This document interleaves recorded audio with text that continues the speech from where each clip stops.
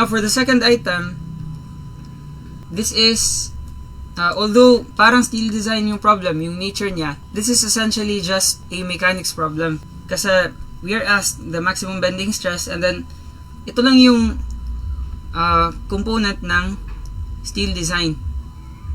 Kasi yung tinanong is maximum web shear stress. Yan. So, ito yung gagawin natin. First, we have to draw the beam.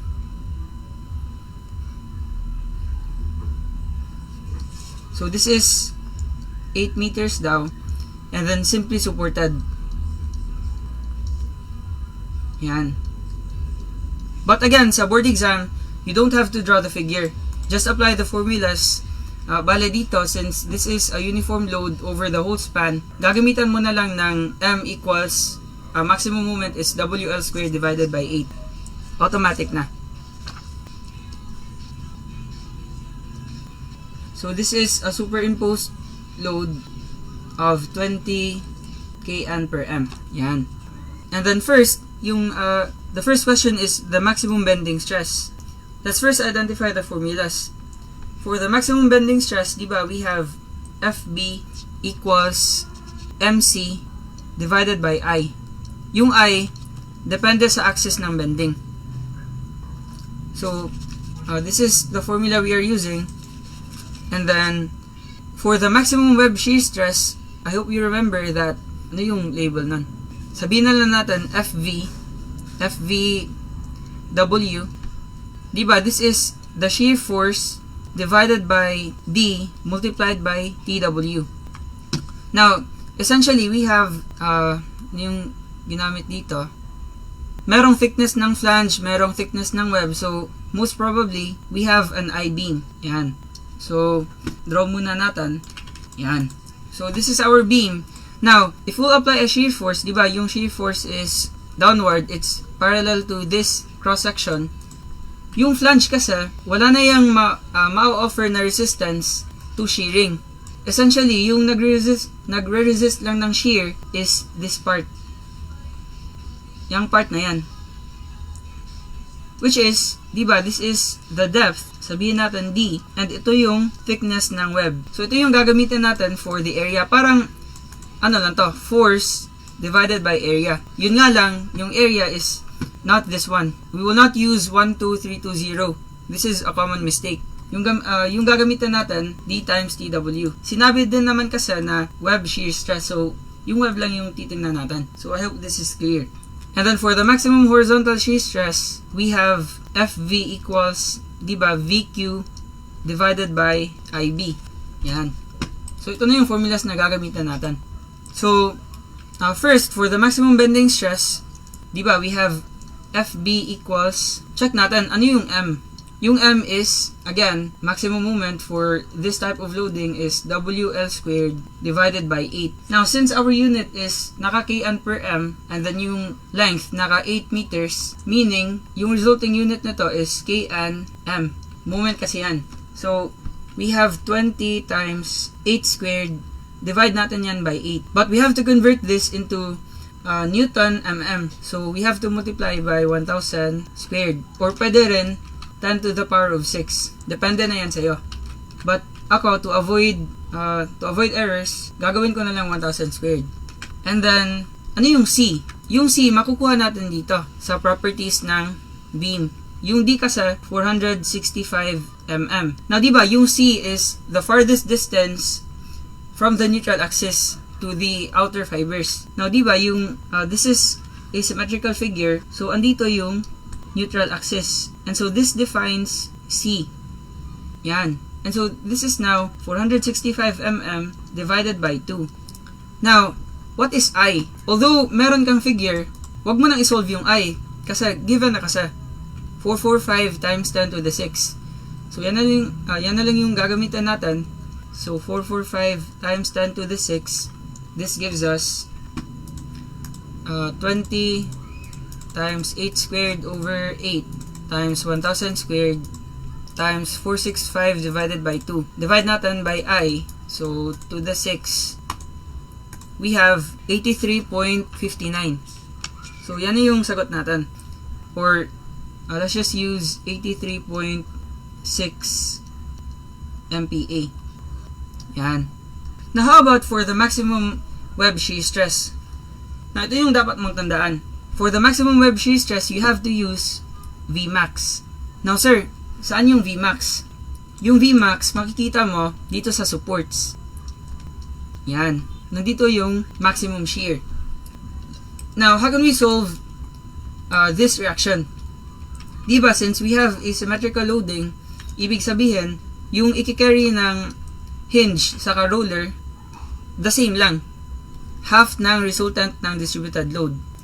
So, we have here, yung resultant niya is 20 times 8, which gives us 160. So, therefore, Vmax is half of 160. This is now 80. This is also 80. Yan. So, now we have, for the second question, by the way, this is for number 1. For number 2, we have FVW. This is equal to the shear force, maximum shear force, which is 80, but di ba naka-Kn yan. So we have to convert this into newtons. So multiply natin by 1000 and then divide natin by D times TW. So 465,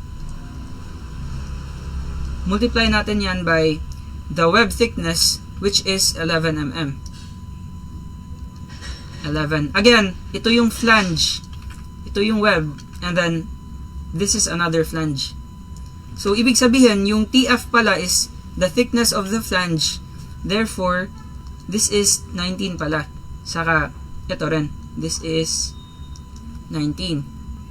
And then, itong BF, yan yung width ng flange. So, it's this dimension. Again, this is our shear force. And then, this is 193.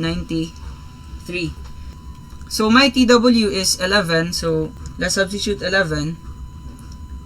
Therefore, this becomes 80,000 over 465 times 11. We have 15.64.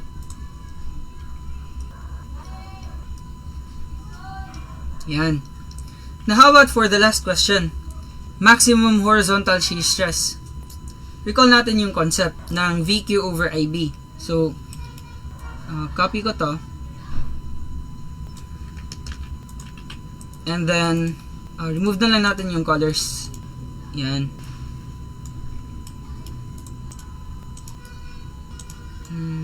Wait lang. Yan. Now, for the maximum horizontal shear stress, we have this formula. Now, yung tanong is, what is V, what is Q, what is I, and what is B? Itong V, this is still the maximum shear force. Maximum shear force. And then I is just yung moment of inertia. Di ko na lang isusulat. Now, what is B? B is the base nearest to the neutral axis. Yan. Now, what is Q? Q is the area moment. Now, explain ko na lang to.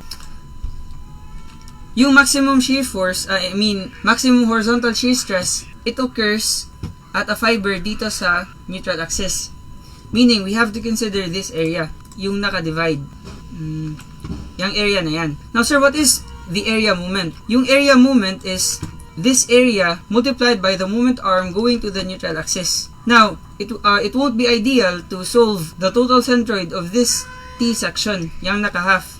Diba? This is a T section. Huwag mo nang isolve yung total centroid niya. Yung gawin mo na lang is just divide this into two shapes. Bale, itong flange, it has a centroid dito. Yung flange na yan. And then, itong part naman, this part naman, meron din yung centroid na andito. So, i-measure natin yan. So, what is this distance? Diba, this is only half of 19. So, this is 19 divided by 2. Now, ano naman yung distance na to? Check natin. Now, if this is 465, then C must be half of 465. So, 465 divided by 2, this is 232.5. So, 232.5. Now, what is this height? Yung height na yan. Diba, that's 232.5 minus the flange thickness. So, minus 19, this gives us 213.5. So, 213.5. Now, if this is 213.5, then half of that is, divide natin by 2, we have 106.75. Yan. And so, masosolve na natin yung Q. And then, ano yung B? Ano yung B na gagamitan? Itong base ba na 193 or this one? Again, we have to consult the base nearest to the neutral axis. Now, ito kasi yung neutral axis. Ano yung base ng pinakamalapit na section dyan?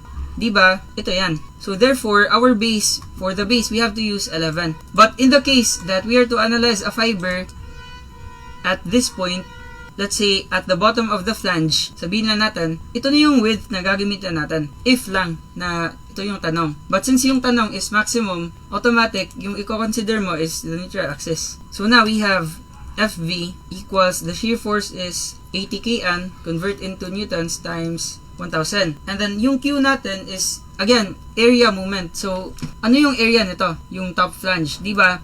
19 multiplied by 193. So 19 times 193. And then we have a moment arm of 213.5 plus 19 over 2.